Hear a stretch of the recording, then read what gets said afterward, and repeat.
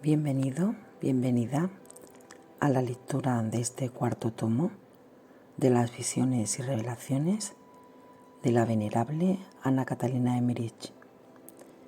En este tomo cuarto, la primera Pascua de Jerusalén, y en este quinto episodio, que ya vamos por la mitad de la obra, os leeré los capítulos 13, 14 y 15.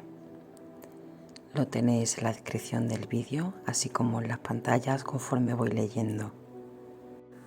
Al finalizar el vídeo en la pantalla os dejo el podcast completo por si te gusta mi lectura y quieres escucharlo desde el principio. Además, en el primer comentario fijado os dejo los demás podcasts que tengo con lecturas de las visiones de la beata Ana Catalina Emmerich.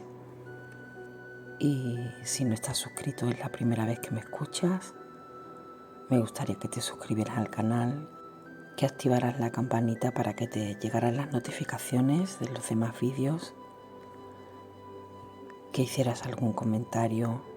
Me ayudan muchísimo tus visualizaciones y me encantaría que compartieras con tus familiares y amistades. Comenzamos como siempre invocando al Espíritu Santo. En el nombre del Padre, del Hijo y del Espíritu Santo. Oh Espíritu Santo, amor del Padre y del Hijo, inspírame siempre lo que debo pensar, lo que debo decir, cómo debo decirlo, lo que debo callar, cómo debo actuar, lo que debo hacer para gloria de Dios, bien de las almas y mi propia santificación. Espíritu Santo, dame agudeza para entender, capacidad para retener, método y facultad para aprender, sutileza para interpretar, gracia y eficacia para hablar. Dame acierto al empezar, dirección al progresar y perfección al acabar. Amén. Capítulo 13. Jesús en Cafarnaúm y en el mar de Genesaret. Después del sábado fue Jesús con sus discípulos de noche a Cafarnaúm. El esposo de Caná, su padre y otros le acompañaron un trecho de camino. Los pobres del lugar habían recibido mucho en las bodas de Caná. Nada de lo que se presentaba una vez en la mesa se guardaba, sino que iban enseguida los pobres. He visto que se cocinaba antes del sábado, porque venían 2 días de ayuno. Se apagaba todo fuego y las ventanas no absolutamente necesarias eran cerradas. La gente acomodada tiene sitios en el hogar donde conservar los alimentos calientes bajo la ceniza. Estos ayunos los observó Jesús en Cafarnaúm, donde también enseñó en la sinagoga. 2 veces al día le eran traídos los enfermos, a los cuales curaba y consolaba. Los discípulos de Betsaida volvieron a sus casas y en parte volvían. Jesús caminaba por los alrededores y enseñaba. El resto del tiempo lo pasaba con su madre. Andrés, Saturnino, Aram, Temeni y Eustaquio fueron mandados por Jesús a donde había bautizado Juan, en la grande fuente junto al Jordán, para que allí bautizaran. Jesús los acompañó un trozo de camino y se dirigió luego a Betulia, donde enseñó y sanó a los enfermos. De aquí fue caminando 7 u 8 horas en dirección noroeste de Cafarnaúm hacia Anatón, donde había una colina con sitio para enseñar. La colina tenía una ladera que iba subiendo por espacio de 1 hora. Sobre ella estaba instalado un sitio para enseñar, un asiento de piedra rodeado de empalizadas, sobre las cuales se podían extender lonas para repararse del sol y de la lluvia. Bajo esta techumbre cabía una multitud de gentes. Después de cada enseñanza acudían nuevos oyentes. En la ladera de la colina había otras 3 colinas, entre ellas la de las bienaventuranzas. Desde donde Jesús enseñaba ahora, se descubría un gran panorama. el mar de Galilea a sus pies y las cercanías de Nazaret. Esta montaña está en parte cultivada y sembrada. La mayor altura donde enseñaba Jesús, sin cultivo alguno. Los alrededores están cerrados con murallas, cuyos restos se descubren aún ahora. Parecen restos de torres. En los alrededores de la montaña están los pueblos de Anatón, Betanat y Negel, que dan la idea de que en otros tiempos pudieron haber formado una gran ciudad. Jesús tenía solo 3 discípulos consigo: un hijo de la tía del esposo de Caná, un hijo de la otra viuda y un hermano uterino de Pedro, llamado Jonatán. Estos llamaron a las gentes a la montaña para que oyesen a Jesús. Jesús habló de diversos espíritus de los hombres, de cada lugar, de cada familia, y del espíritu que recibían por el bautismo, por el cual estarían unidos en penitencia, mortificación y reparación para unirse con su Padre Celestial.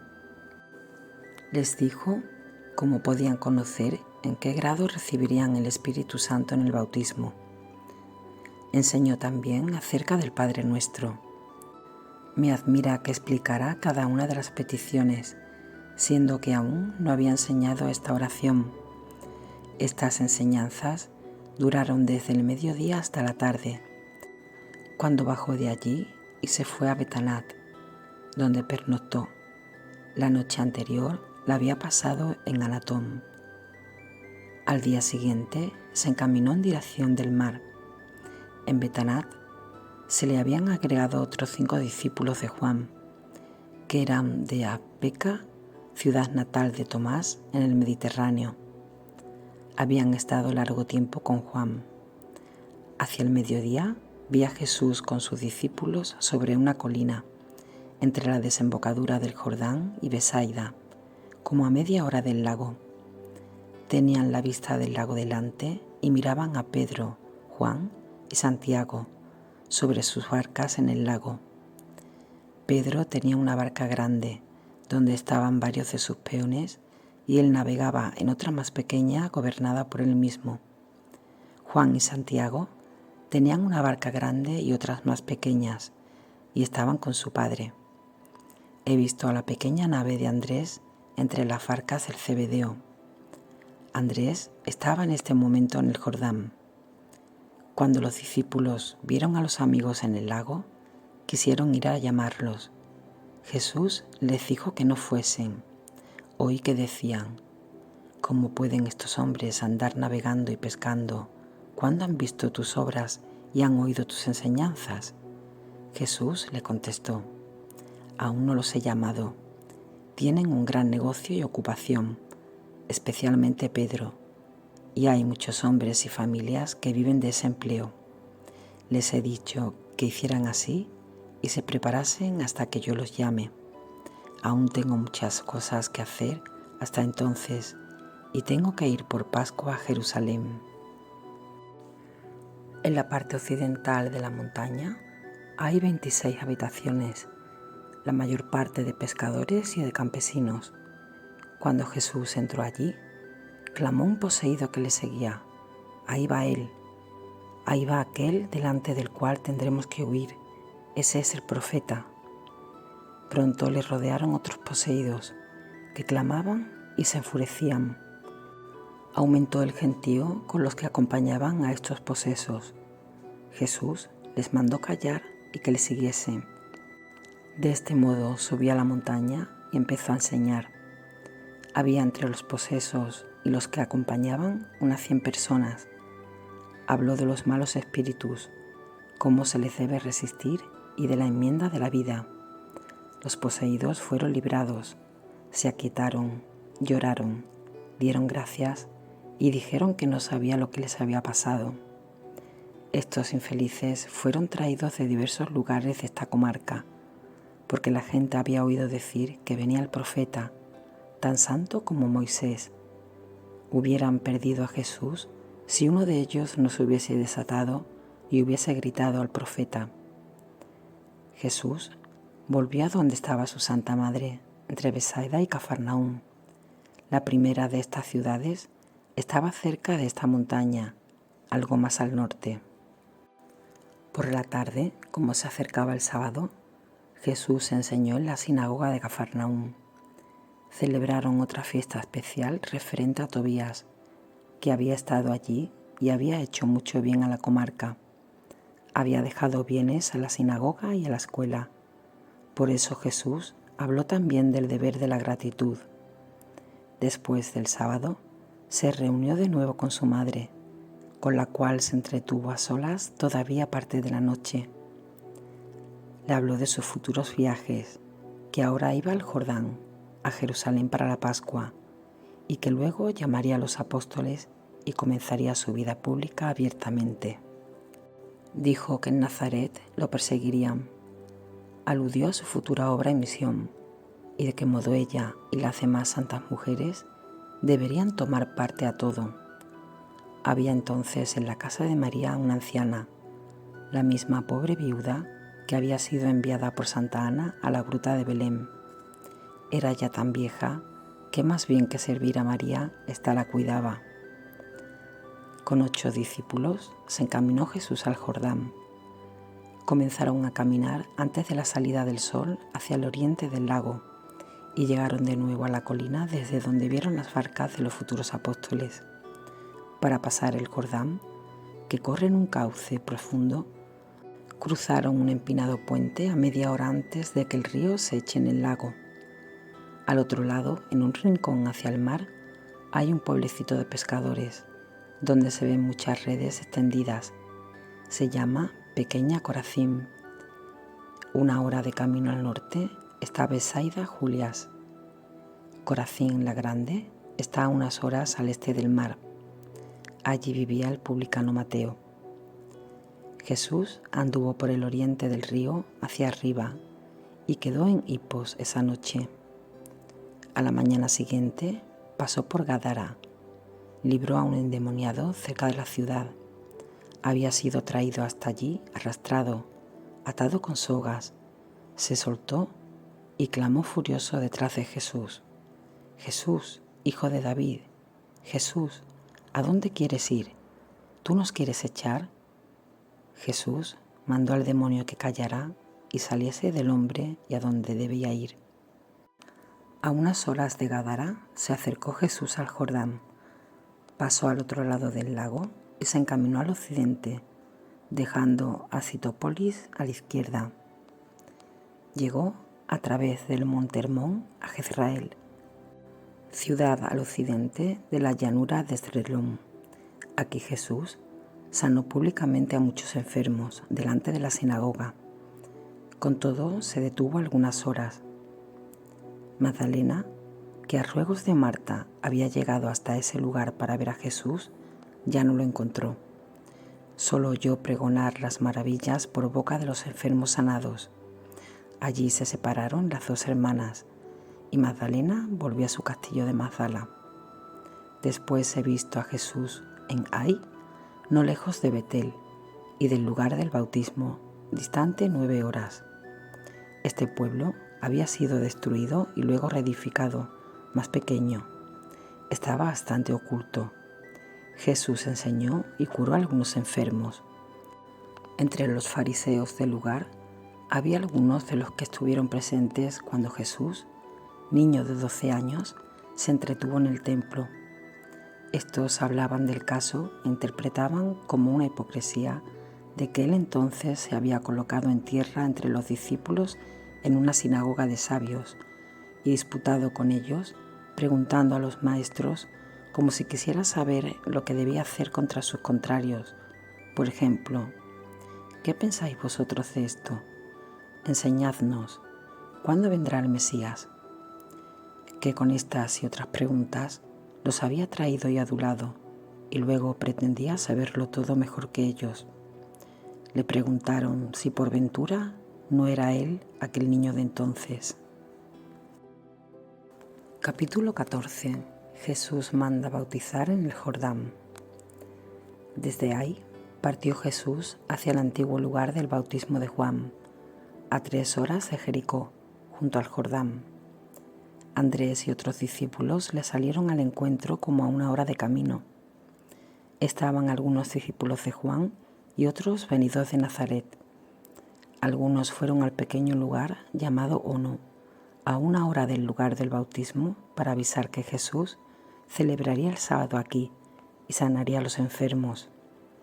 Decían a la gente que Jesús completaba las enseñanzas de Juan, haciéndolo con más fuerza y claridad, después de haber puesto Juan los fundamentos de la doctrina. Delante de Ono tenía Jesús preparado un albergue propio, a media hora de distancia del lugar del bautismo. Lázaro lo había comprado, poniendo un hombre para que recibiese a Jesús y a los suyos y les preparase la comida. Este albergue servía para cuando anduviera Jesús por estos entornos, y desde aquí podía ir por las comarcas vecinas a enseñar y bautizar. Cuando llegó el sábado a Ono, enseñó en la sinagoga y sanó a muchos enfermos, entre ellos a una mujer contraída y con flujo de sangre. Herodes se había encontrado con frecuencia en estos últimos tiempos con Juan, el cual siempre lo trató como adúltero, no disimulando su pecado. Herodes sentía su culpabilidad en su interior, pero la mujer estaba rabiosa contra Juan. El Bautista hablaba siempre de Jesús, no bautizaba ya a nadie y los mandaba al otro lado del Jordán, a donde estaban Jesús y sus discípulos.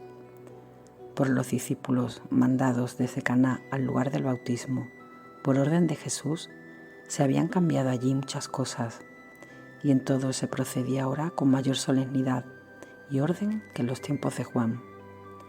El pasaje del río se había hecho por otro lugar más alejado por la muchedumbre que acudía, y la fuente y lo demás hecho por Juan habían sido removidos.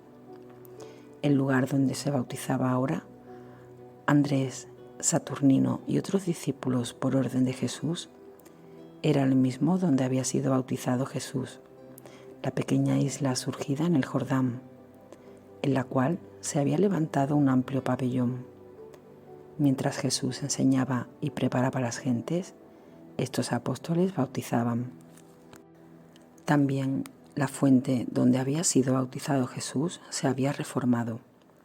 Los 5 canales ocultos que traían el agua del Jordán estaban ahora descubiertos y las 4 grandes piedras quitadas, como también la piedra triangular grande con vetas rojizas, donde había estado parado Jesús durante su bautismo, cuando el Espíritu Santo descendió sobre él. Todas estas piedras fueron trasladadas al nuevo lugar. Solo Jesús y Juan conocían que el lugar del bautismo señalaba el sitio del Arca de la Alianza y que las piedras que estaban en la fuente eran las mismas donde había descansado el arca en el Jordán.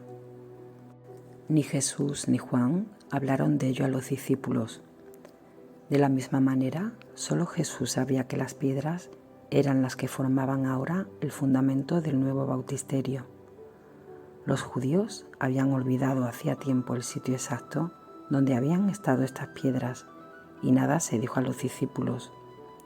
Andrés había cavado en esa piedra triangular una fuente redonda que descansaba sobre las 4 piedras en un pozo lleno de agua, rodeando la piedra triangular como un vallado de agua. En estas aguas se había mezclado el agua del bautismo de Jesús. El agua de la piedra triangular era de la misma procedencia y Jesús la había bendecido. Cuando los bautizandos descendían al agua, en el vallado alrededor de la piedra triangular, el agua les llegaba hasta el pecho. Al lado de este bautisterio había una especie de altar y encima vestidos blancos para los bautizandos. 2 discípulos ponían las manos sobre el hombro del bautizando y Andrés o Saturnino, y a veces otro de los discípulos, bautizaba con el agua sacada del cuenco de la piedra con la mano ahuecada, derramándola por 3 veces sobre la cabeza del bautizando, en el nombre del Padre, y del Hijo, y del Espíritu Santo. Los que bautizaban y los que ponían las manos sobre los hombros llevaban largas vestiduras blancas con correas. De los hombros le colgaban largas bandas blancas, especie de estolas. El bautismo con trina inmersión lo he visto empezar recién en el estanque de Beseda. Sobre la fuente del bautismo, en el techo, había una abertura. El bautizador y los padrinos estaban colocados en el ángulo de la piedra, el bautizando a los lados. Jesús enseñaba mientras en un sitial levantado, y cuando el calor lo hacía necesario, se levantaba un toldo en el lugar. Predicaba sobre el bautismo, la penitencia, la proximidad del reino de Dios y del Mesías, y dónde tenían que buscarlo y reconocerlo, no entre los grandes y poderosos, sino entre los pequeños y los pobres. Llamaba a este bautismo una purificación, al bautismo de Juan de penitencia, y habló de otro bautismo de fuego y del Espíritu que seguiría a estos. Los árboles y arbustos que Juan había plantado alrededor de la isla del bautismo de Jesús habían crecido. Sus hojas se unían en forma de pabellón. El árbol de la fuente emergía hermoso y crecido. Sobre la copa del mismo vi que habían puesto una figura que presentaba un niñito con los brazos extendidos, que parecía nacer de una vid, y que con una mano repartía manzanas amarillas y con la otra flores rosadas. Era un resto de los adornos del bautismo de Jesús. Jesús se dirigió con algunos discípulos hacia el mediodía, al occidente del Mar Muerto, y se internó en una región donde Melquisedec se había detenido cuando medía el Jordán y las montañas circundantes. Melquisedec había traído a este lugar antepasados de Abraham, mucho antes de que éste naciera. Su ciudad se hundió con Sodoma y Gomorra. Pueden verse todavía las ruinas de los muros y las torres de lo que fue su derruida ciudad de Hazezón Tamar. Toda esta región es ahora una comarca, con rocas negras y oscuras cavernas, lugares estériles que se extiende a media hora del Mar Muerto, dentro de la comarca. Donde ahora está el Mar Muerto, estaba, antes del hundimiento de aquellas perversas ciudades, el río Jordán. Su anchura era aquí como de un cuarto de hora. La gente que habita este lugar no son judíos de raza, sino esclavos de otros pueblos que han pasado por aquí, ocupados ahora en los trabajos del campo.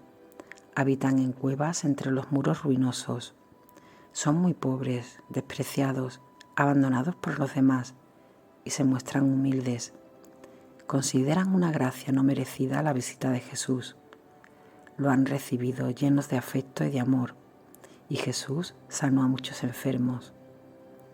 Actualmente veo esta región en mejor estado que en tiempos de Jesucristo, pero primitivamente era una región fértil y sobremanera hermosa.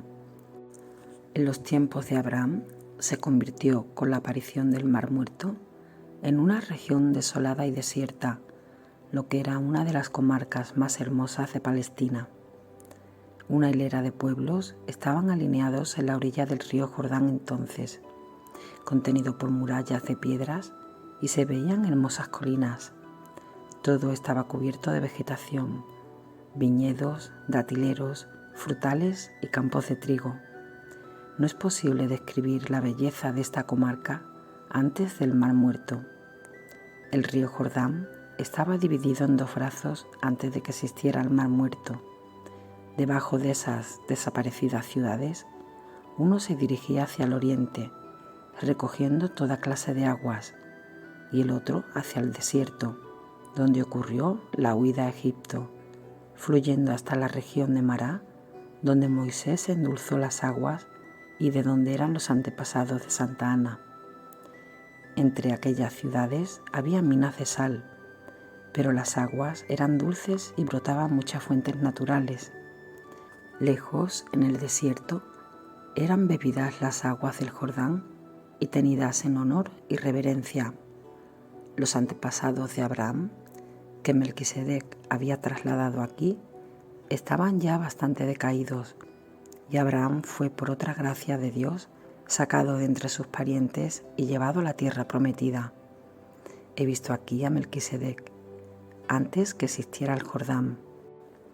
Él todo lo medía, y determinaba los sitios y los lugares. Lo he visto ir y venir. A veces traía algunos hombres que eran como sus servidores. Después de esto, vi a Jesús caminando con sus discípulos en dirección de Belén, a través de un trecho del Valle de Pastores, hacia Betábara, a 3 horas del lugar del bautismo. Ya había estado en este lugar cuando visitó a los pastores, después de su bautismo. Los habitantes viven de los viajeros que en caravanas atraviesan la comarca. Está a 4 horas de Betania, en los confines de Judá y Benjamín. Había en este lugar muchos endemoniados que corrían clamando cuando Jesús se acercó. Jesús le mandó que se cubriesen y en pocos minutos todos se hicieron vestidos con hojas. Jesús los sanó y libró, y mandó gentes del lugar que les trajesen vestidos para cubrirse mejor. Entre estos endemoniados he visto algunos que eran subidos a lo alto por fuerza invisible. Andrés y otros 5 discípulos habían llegado antes a este lugar y anunciado que Jesús celebraría el sábado con ellos. Se albergó en una posada para él y los suyos, como había con frecuencia en ciertos lugares para maestros y rabinos que pasaban enseñando. Habían llegado Lázaro, José de Arimatea y otros de Jerusalén. Jesús enseñó en la sinagoga, en un lugar abierto y en varios caminos. Había mucha gente que no podía asistir a la enseñanza de la escuela. Sanó también muchos enfermos de diversas clases. Los discípulos los traían y les hacían un lugar en medio de la muchedumbre. A cierta distancia estaban Lázaro y José de Arimatea. Para la conclusión del sábado, fue Jesús con los suyos hasta uno. Siguió el camino del pequeño pueblo de Betágala, el mismo que hicieron los hijos de Israel cuando pasaron el Jordán, pues no caminaron por un mismo lugar, sino que pasaron a una gran anchura a través del lecho del río enjuto. Cuando llegaron, se arreglaron los vestidos, ciñéndose las correas. Jesús llegó a la piedra del arca, donde Juan había celebrado la festividad de los tabernáculos. Lázaro y José de Arimatea volvieron a Jerusalén. No estaba Nicodemo, se mantenía más oculto por razón de su empleo. Servía en secreto a Jesús y a sus discípulos, y les avisaba todo lo que tramaban los enemigos del Señor. Algún día después he visto que era la fiesta de novilunio. En Jerusalén todos los trabajadores y empleados tenían un día feriado y de alegría. Como era día de descanso, no se bautizó tampoco. En los techos de las sinagogas colgaban, durante el novilunio, banderitas en largas pértigas. Eran telas que tenían nudos en determinados lugares, de modo que el viento podía soplar dentro e hincharlas como globos. Por el número de nudos de las banderas, se avisaba a los lejanos en qué número del novilunio se estaba. Banderas semejantes las vi también levantadas en señal de victoria o de algún peligro. Jesús preparó para el bautismo a muchas personas que se habían reunido desde ayer y estableciéndose en los alrededores.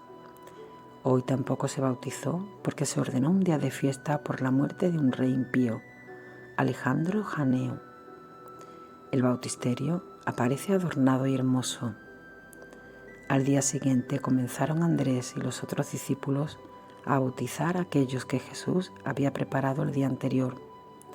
Jesús caminó con Lázaro, que había vuelto con Obed, hijo de Simeón, desde ayer a la tarde, y con este desde el lugar del bautismo, a la mañana temprano hacia la comarca de Belén, entre Betagla y Opra, más al occidente. Jesús tomó este camino porque Lázaro quería contarle lo que en Jerusalén se decía de él, y porque quería darle normas a él y por medio de él a los demás. Así llegaron al camino de José y María, cuando iban a Belén, a unas 3 horas, hasta una hilera de chozas de pastores en una comarca aislada. Lázaro refirió a Jesús lo que se decía de él en Jerusalén, lo que hablaban, en parte irritados, en parte burlándose y en parte curiosos. Querían ver si para Pascua acudía a las fiestas. si entonces iba a ser tan osado con sus milagros en esta ciudad, como lo hacía entre los ignorantes de las aldeas. Le contó también lo que los fariseos de diversos lugares decían de él y del espionaje que ejercían. Jesús lo tranquilizó de todas estas cosas y le señaló en los profetas los pasajes que todo esto estaba predicho. Le dijo que él estaría todavía 8 días por el Jordán y luego volvería a Galilea, y que para la Pascua iría a Jerusalén y llamaría luego a sus discípulos. Hablando de Magdalena, lo consoló, diciéndole que ya una centellada de salud había prendido en ella, que pronto la inflamaría del todo. Pasaron el día entre las chozas de los pastores, quienes lo agasajaron con pan, miel y frutas. Vivían unas 20 mujeres ancianas, viudas de los pastores, con algunos hijos ya crecidos que las ayudaban. Sus habitaciones eran celdas separadas por ramajes que aún crecían, y entre ellas se encontraban algunas personas que habían ido al pesebre de Belén para adorar al niño Jesús y ofrecerle dones. Jesús enseñó aquí y visitó las diversas dependencias, sanando a algunas enfermas. Una de ellas era muy anciana y delgada, vivía en una pequeña choza y estaba tendida sobre un jergón. Jesús la sacó de la mano fuera. Estas ancianas tenían un lugar común para comer y rezar. Lázaro y Obed volvieron a Jerusalén. Jesús visitó y sanó a algunos enfermos en la comarca, y a eso de las 3 de la tarde volví a verlo en el lugar del bautismo. Capítulo 15. Jesús en Adumín y Nebo. Jesús anduvo con la mayoría de sus discípulos a través de Betagla hacia Adumín. Este lugar está como escondido en una comarca silvestre llena de barrancos y rocas, donde el camino es a veces tan angosto que apenas podía pasar por él un asnillo. Está como a 3 horas de Jericó, en los confines de Benjamín y de Judá. Tan oculto es el lugar que yo no lo había visto antes. La ciudad está edificada en una ladera escabrosa. Había sido un refugio de criminales que podían buscar aquí protección contra las condenas de muerte. Eran vigilados hasta su mejoría o empleados como esclavos en las obras públicas. Se llamaba por esto el lugar de los reos o de los sanguinarios. Estas ciudades de refugio existieron ya desde los tiempos de David. Terminaron de serlo después de Jesucristo, en las primeras persecuciones de los fieles. Más tarde, existió aquí un convento edificado por los hermanos del Santo Sepulcro. La gente vivía aquí de la viña y de la fruta. Presentaba el aspecto de una región salvaje, con rocas desnudas de vegetación. A veces caían grandes trozos de piedras arrastrando los viñedos de las laderas. El camino propio de Jericó a Jerusalén no pasaba por aquí, sino hacia el occidente de Adumín, por cuyo lado no se podía entrar en la ciudad. Una senda desde el Valle de los Pastores a Jericó, a una media hora de Adumín, atraviesa el camino de Bet-Gala a Adumín. En las cercanías de este sendero había un pasaje muy peligroso y angosto. Veíase un lugar señalado con un asiento de piedra, donde mucho antes de Cristo había sucedido en realidad lo que Jesús contó como una parábola del samaritano caritativo y del hombre caído en manos de los ladrones. Cuando Jesús iba hacia Adumín, se apartó un tanto del camino y sobre ese asiento de piedra enseñó a los discípulos y a los que se habían congregado en el hecho que allí había sucedido tiempo atrás. Celebró el sábado en Adumín y enseñó en la sinagoga con parábolas que se referían a la provincia de las ciudades de refugio para los criminales, y la aplicó al tiempo de penitencia para los hombres durante la vida. Sanó a varios enfermos, especialmente a hidrópicos. Después del sábado, volvió con sus discípulos al lugar de los bautismos. Por la tarde del día siguiente fue a la ciudad de Nebo, que está al otro lado del Jordán, al pie del monte Nebo, que tiene una ladera de varias horas de camino. Habían acudido mensajeros pidiéndole a Jesús que fuese a enseñar y sanar a los enfermos. Vivía aquí gente de todas partes, egipcios, israelitas que se habían manchado con la idolatría y moabitas. Habían reaccionado con la predicación de Juan, pero no se atrevían a pasar al lugar del bautismo de Jesús. Creo que no les será permitido ir allá. Eran despreciados por los demás israelitas. No recuerdo por cuál de los pecados de sus antepasados, y por eso no podían ir a cualquier parte, sino solo a algunos lugares. Vinieron humildemente a Jesús y le pidieron que los bautizara. Los discípulos llevaron consigo agua de la fuente bautismal en un odre. En el bautisterio quedaron algunos para vigilar.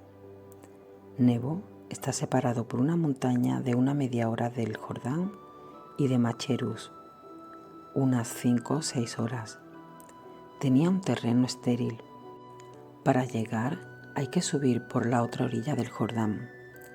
La orilla de enfrente del lugar del bautismo es empinada, como montaña, y no hay modo de bajar. Más allá de esta montaña está Nebo. Existe aquí un templo de ídolos, pero está cerrado y parece mal edificado. Jesús prepara al aire libre a los bautizandos desde un asiento de enseñanza y los discípulos bautizaban. La tina estaba colocada sobre una cisterna de baño donde entraban los bautizandos. Estaba llena de agua hasta cierta altura. Los discípulos habían llevado consigo las vestiduras blancas para los bautizandos. Las llevaron envueltas y arrolladas en torno del cuerpo.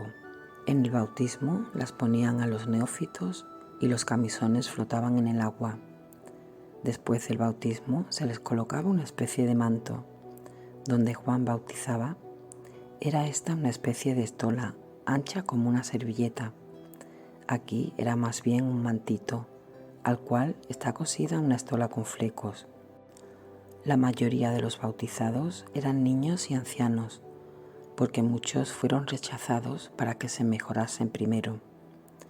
Jesús sanó también a varios enfermos de fiebres e hidrópicos, que habían sido traídos en camillas. No hay entre los paganos tantos endemoniados como entre los hebreos. Jesús bendijo el agua que tomaban, que no era buena, sino turbia y salobre, recogida en las rocas de la montaña. Había un recipiente que era llenado con mangueras. Jesús lo bendijo en forma de cruz y se detuvo con la mano sobre algunos puntos de la superficie. A la vuelta al albergue de Ono, permanecieron Jesús y sus discípulos la mayor parte del día en el camino de Nebo al pasaje del Jordán.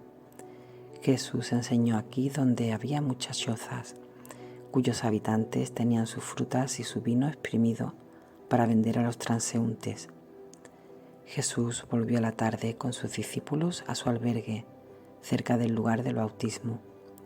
Fue pasando luego por alrededores de diversos grupos de campesinos y reunía a la gente para adoctrinarla.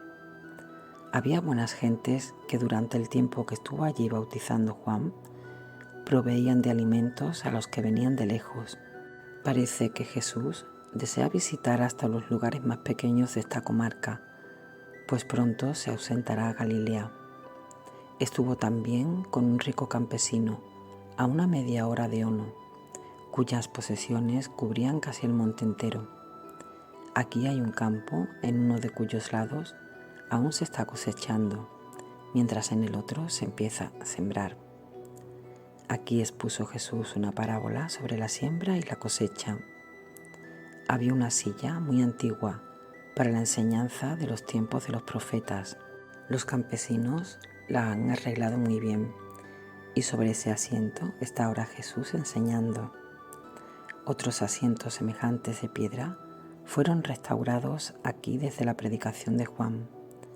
Se lo había impuesto Juan a las gentes, ya que esto pertenecía también a su misión de preparar el camino del Mesías.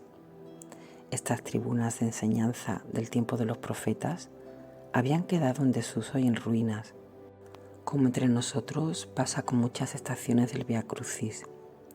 Elías y Eliseo habían estado muchas veces en estos lugares. Jesús quiere celebrar el sábado en Ono mañana. A esta fiesta sigue otra que se refiere a los frutos de la tierra, porque he visto llevar a las sinagogas y a las casas de los juzgados muchos canastos de frutas. En el lugar del bautismo se está ordenando todo y se guardan las cosas para el descanso de estas fiestas. Donde está la piedra que señalaba el lugar del arca, se han levantado unas 20 casitas. Betábara no está junto a la orilla, sino a 1 hora y media de distancia, pero de aquí se la ve muy bien. Desde el pasaje del río hasta el lugar donde bautiza ahora Juan, sobre Betábara hay 1 hora y media de camino. He visto andar a Jesús en Ono de casa en casa. No sabía yo por qué, pero más tarde oí que tenía que andar en relación con los diezmos, exhortando él a las gentes a dar las limosnas que se solían hacer en la fiesta de los frutos. Por la tarde celebró la festividad del sábado en la sinagoga, donde enseñó. Después comenzaron los preparativos para la fiesta de los nuevos frutos del año. Era una fiesta triple. Primero, porque entraba ahora la savia en los árboles. Segundo, porque se entregaba el diezmo de los frutos. Y tercero, porque se daba gracias por los frutos recibidos. Sobre estas cosas versó la predicación de Jesús. Se comían muchas frutas y se regalaban a los pobres diversas figuras formadas con frutas dispuestas sobre las mesas. Hasta ahora hay unos 20 discípulos más que siguen a Jesús. Termino aquí de narraros el episodio de hoy, domingo. Espero que os haya gustado y os espero para el próximo domingo a partir de las 10 de la noche, hora española, si Dios quiere, con los siguientes capítulos que os dejo en pantalla. Si has llegado hasta el final, te doy las gracias y que Dios te bendiga.